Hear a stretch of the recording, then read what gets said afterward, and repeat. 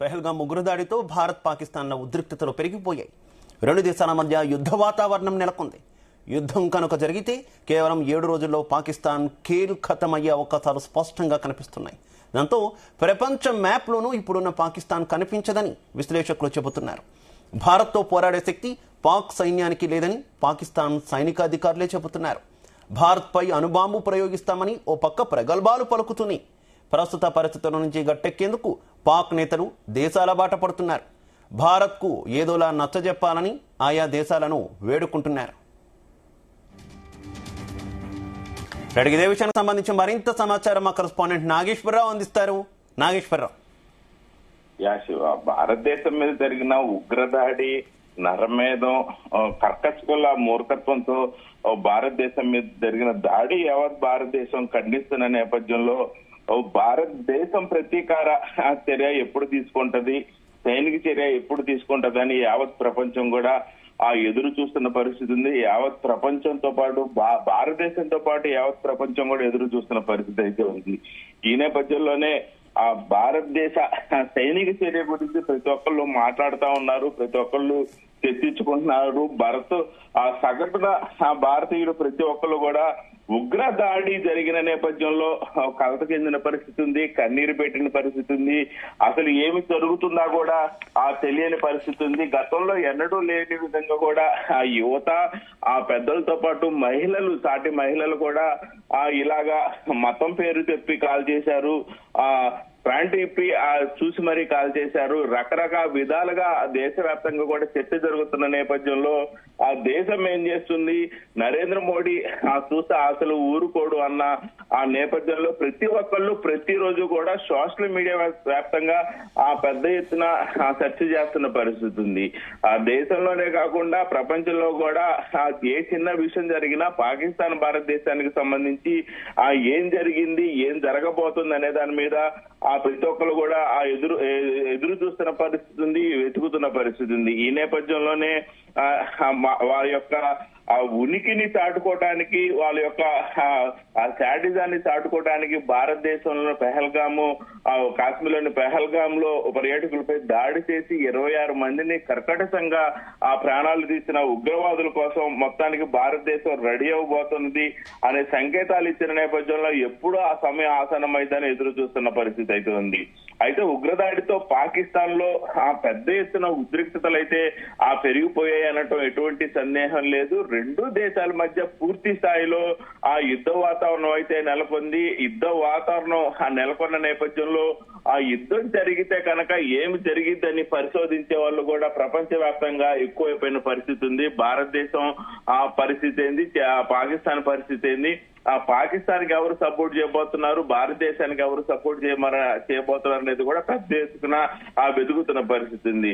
ప్రపంచ మ్యాప్ లోనే పాకిస్తాన్ కనపడకుండా పోయిద్దేమో అని రాజకీయ విశ్లేషకులైతే చెబుతున్న పరిస్థితి ఉంది. భారతదేశానికి పోరాడే శక్తి, భారత్ తో పోరాడే శక్తి పాకిస్తాన్ కి లేదనేది పాకిస్తాన్ సైన్యాధికారులే చెబుతున్న పరిస్థితి ఉంది. పాకిస్తాన్ సైనిక అధికారులు తోకముడుస్తున్న పరిస్థితి ఉంది. పాకిస్తాన్ సైనికులు వేల మంది రాజీనామా చేసే పరిస్థితి, వందల సంఖ్యలో పాకిస్తాన్ సైనిక అధికారులు రాజీనామా చేసే పరిస్థితి ఉంది. అయితే ఏదైతే ప్రస్తుతానికి పరిస్థితుల్ని గట్టెక్కించేందుకు పాకిస్తాన్ నేతలు ఒకలాగా తంతాలు పడుతున్నారటంలో సందేహమే లేదు. అలాగే భారత్ కి ఏదోలాగా నచ్చ చెప్పాలని కూడా ఆయా దేశాలను వేడుకుంటున్న పరిస్థితి అయితే ఉంది. ముఖ్యంగా ఏదైతే పాకిస్తాన్ సైనిక సామర్థ్య విషయానికి వస్తే సకానికి పైగా పరిచైన ఆయుధ సామాగ్రి, రిపేర్ లో ఉన్న యుద్ధ విమానాలు, రిపేర్ లో ఉన్న జలాంతర్గాములు, సరిపడా లేని మిసైల్స్, 5 రోజులకి మించి లేని ఇంధనం, చేతిలో లేని విదేశీ మారక ద్రవ్యం, మొత్తంగా చూసుకుంటే పాకిస్తాన్ పరిస్థితి దుర్భర పరిస్థితిలో ఉందంటాం కూడా ఎటువంటి సందేహం లేదు. పాకిస్తాన్ కి ప్రస్తుతానికి ప్రభుత్వానికి సంబంధించి ఆయిల్ కొనుగోలుకే పెద్ద సమస్యలాగా మారింది. ప్రజలకి ఆయిల్ అందించడానికి లేదు, తమకి సైనిక అవసరాలకి ఆయిల్ వాడుకోవడానికి ఆయిల్ లేదు. ఆయిల్ తెచ్చుకోవాలన్నా పెద్ద ఎత్తున విదేశీ మార్గ ద్రవ్యం కావాల్సిన పరిస్థితుల్లో ఆ విదేశీ మార్గద్రవ్యం లేక కొట్టుమిట్లాడుతున్న పరిస్థితి అయితే ఉంది. ముఖ్యంగా ఆ ఇంధనం లేని యుద్ధం ఎలా సాధ్యం అంటూ కూడా పెద్ద ఎత్తున కూడా ఆ ప్రశ్నలు ఉత్పన్నమవుతున్న పరిస్థితి అయితే ఉంది. కాకపోతే నమ్మ ప్రగడ్బాల్లాగా తమ వద్ద అణ్వస్త్రాలు ఉన్నాయని భయపెట్టే ప్రయత్నానికి పాకిస్తాన్ చేస్తుంది అనడంలో ఎటువంటి సందేహం లేదు. ఏదైనా వాస్తవానికి చూసుకుంటే భారత సైన్యం ముందు నిలబడే దమ్ము గాని సత్తా గాని పాకిస్తాన్ కి లేదనే విషయం వారి సైనిక శక్తిని చూస్తేనే ప్రతి ఒక్కరికి అర్థమవుతున్న పరిస్థితి ఉంది. ముఖ్యంగా యుద్ధం మొదలైతే కేవలం 7 రోజుల్లోనే పాకిస్తాన్ దుకాణం మూసి తోక ముడవటం ఖాయమని కూడా రక్షణ రంగ నిపుణులు చెబుతున్న పరిస్థితి అయితే ఉంది. ముఖ్యంగా సైనిక ఉన్నతాధికారుల్లో పాకిస్తాన్ సైనిక ఉన్నతాధికారుల్లో ఇది పెద్ద ఎత్తున కూడా గుబులు పుట్టిస్తుంది. భారత్ తో పోరాడే సత్తా తమ వద్ద లేదని పాక్ సైన్యాధిపతి అసిం మునీర్కి ఇప్పటికే ఆ దేశ నౌకాదళం, ఎయిర్ చీఫ్, ఆర్మీ 3 విభాగాలకు సంబంధించిన ముగ్గురు కూడా ఆయన దగ్గరకు పెద్ద ఎత్తున వెళ్లిన పరిస్థితి, విన్నమించుకున్న పరిస్థితి, యుద్ధం వద్దు ఆపుకుంటే మంచిదని ఆసిఫ్ మునీర్ వద్ద వేడుకోలు చేస్తున్నారంటలో కూడా ఎటువంటి సందేహం లేదు. ముఖ్యంగా భారతదేశం కొట్టిన దెబ్బ పెద్ద దెబ్బ సింధు జలాలు. సింధు జలాల్లో భారతీయుల రక్తం ఏరులే పారుతుంది. సింధు జలాలు ఆపితే గనక రక్తం కనపడుతుంది. సింధు జలాల్లో నీరు కనపడుతుంటూ కూడా పెద్ద ఎత్తున వార్నింగ్ ఇచ్చిన పరిస్థితి ఉంది. సింధు జలాలపై భారత్ నిర్మించే ఎలాంటి నిర్మాణాలైనా ధ్వంసం చేస్తామని పాకిస్తాన్ నాయకులు బీరాలు పలుకుతున్న పరిస్థితి అయితే ఉంది. అక్కడ నేతలు యుద్ధోన్మాద వ్యాఖ్యలతో భారత్ ను రెచ్చగొట్టే ప్రయత్నం చేస్తున్నారంటలో కూడా ఎటువంటి సందేహం లేదు. ముఖ్యంగా ఇలాంటి సమయంలో భారత సైన్యానికి పూర్తిగా స్వేచ్ఛనిస్తూ ప్రధాని నరేంద్ర మోడీ చేసిన ప్రకటనతో పాక్ లో అప్పటిదాకా సాధారణంగా ఉన్న ఆందోళనలు పెద్ద ఎత్తున జరిగాయి. గతంలో 2 సార్లు కూడా పాకిస్తాన్ ఉగ్రవాదులు వచ్చి భారతదేశంలో దాడి చేసిన నేపథ్యంలో 2 సార్లు కూడా సర్జికల్ స్ట్రైక్ చూసాం మనం. 2 సర్జికల్ స్ట్రైక్ కూడా సైన్యానికి ఫ్రీడమ్ ఇస్తున్నానని మోడీ ఎప్పుడైతే ప్రకటించిన తర్వాత 2 సార్లు కూడా ఈ సర్జికల్ దాడులు జరిగినాయి. అలాగే ఇప్పుడు కూడా ప్రధాని సైన్యానికి పూర్తి స్వేచ్ఛ అనే ప్రకటనతో పాక్ లో పెద్ద ఎత్తున ఆందోళన పెరిగిన పరిస్థితి అయితే ఉంది. ఇప్పటి వరకు నమ్మ ప్రగల్భాలు పలికిన పాకిస్తాన్ నేతల్లో భయాందోళనలు నెలకొన్నాయి, చెమట్లు పడుతున్నాయి. ఏ సమయంలో భారత్ దాడి చేస్తుందనని బిక్కుమంటూ ఎదురు చూస్తున్న పరిస్థితి ఉంది. చేయకపోతే బాగుండని వాళ్ళ దేవుడిని వేడుకుంటున్న పరిస్థితి అయితే ఉంది. పైకి ఇటు భారత్ లో కొన్ని రాజకీయ పక్షాలు మాత్రం మోదీ ఇంకా ఎందుకు ఆలోచిస్తున్నారు, ఎందుకు ఇంకా టైం తీసుకుంటున్నారు లాంటి వ్యాఖ్యలు చేస్తున్నటువంటి సిచ్యువేషన్ కూడా కనిపిస్తుంది కదా. ఏంటి భారత ప్రభుత్వం డిలే వెనుకున్నటువంటి వ్యూహం ఏంటి? ఏదైతే మనం మొదటి 2 పుల్వామా దాడి గాని అలాగే సైనిక దాడి గాని ఇవన్నీ మనం చూసిన నేపథ్యంలో 2 సైనిక దాడులు చేశారు. భారతదేశానికి గట్టి దెబ్బ తీసామని అనుకున్నారు. అలాగే ఆ దాడి జరిగిన సమయంలో నరేంద్ర మోడీ గాని భారతీయ జనతా పార్టీ ప్రభుత్వం గాని మనం చూసుకున్నట్టయితే ఎక్కడా స్పందించని తీరు ఉంది. మీటింగ్లు పెట్టారు, సమావేశాలు జరిగినాయి, పెద్ద ఎత్తున సమావేశాలు జరుగుతా ఉన్నాయి. దాడులేమి అని అందరూ ఎదురు చూస్తున్నారు. దాడి జరగదేమో, నరేంద్ర మోడీ ఏమి చేయడేమో అన్న కోణంలో ఎదురు చూస్తున్న పరిస్థితిలో పాకిస్తాన్ ఓ పక్క అప్పుడు కూడా కాల్పులు జరిపింది, విరమణ ఒప్పందాన్ని తొంగలో దొక్కింది. అధికారులు పాకిస్తాన్ అధికారులు గాని పాకిస్తాన్ ప్రధాని గాని పెద్ద ఎత్తున కూడా వాళ్ళు పాకిస్తాన్ అధ్యక్షులతో సహా పెద్ద ఎత్తున భారత్ మీద కామెంట్లు చేస్తున్న పరిస్థితి ఉంది. కానీ కట్ చేస్తే పాకిస్తాన్ లో దాడి జరిగింది, అయిపోయింది, తిరిగి భారత సైన్యం వచ్చింది. వాళ్ళలో వేలాది మంది ముష్కరులు చనిపోయిన పరిస్థితి ఉంది.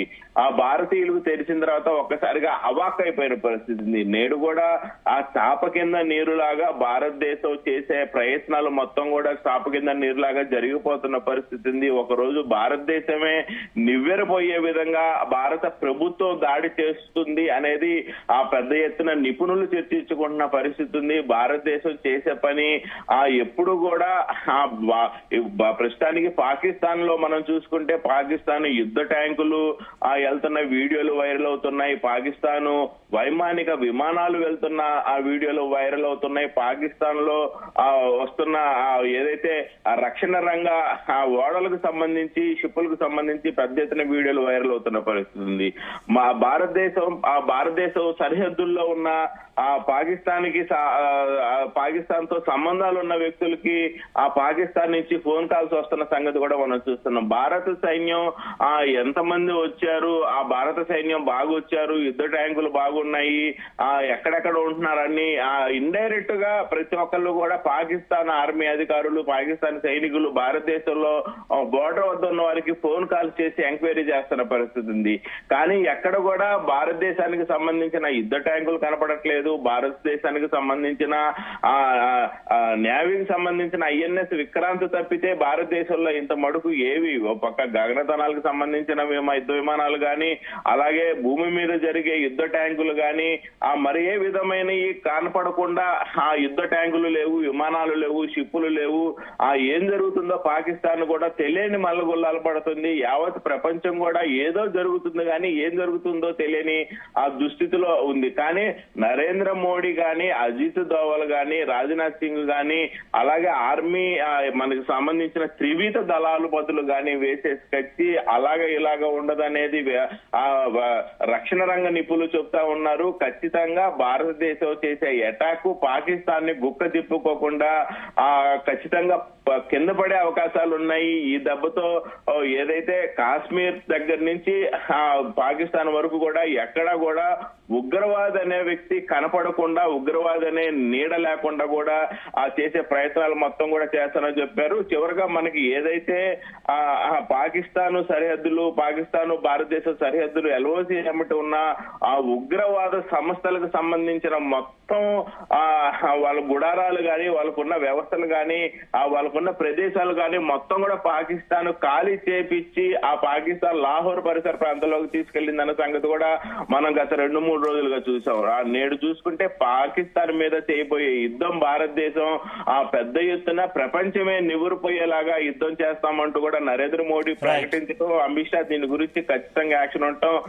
నిన్న రాజ్నాథ్ సింగ్ కూడా భారతదేశానికి సంబంధించిన వ్యవస్థల మీద దాడి చేయాలని చూశారు, భారతదేశం మీద దాడి చేశారు. తాను ఖచ్చితంగా చూస్తా ఊరుకోనని, కొంచెం ఓపిక పట్టండి, భారత్ లోని ప్రజలు కోరుకున్నదే జరుగుతుందంటూ రక్షణ మంత్రి రాజ్నాథ్ సింగ్ వెల్లడించడం పట్ల ఖచ్చితంగా కింద ఏదో జరుగుతుంది, బయటకు రానికుండా జరుగుతుందనే తెలుస్తుంది Shiva. Right, okay, thank you.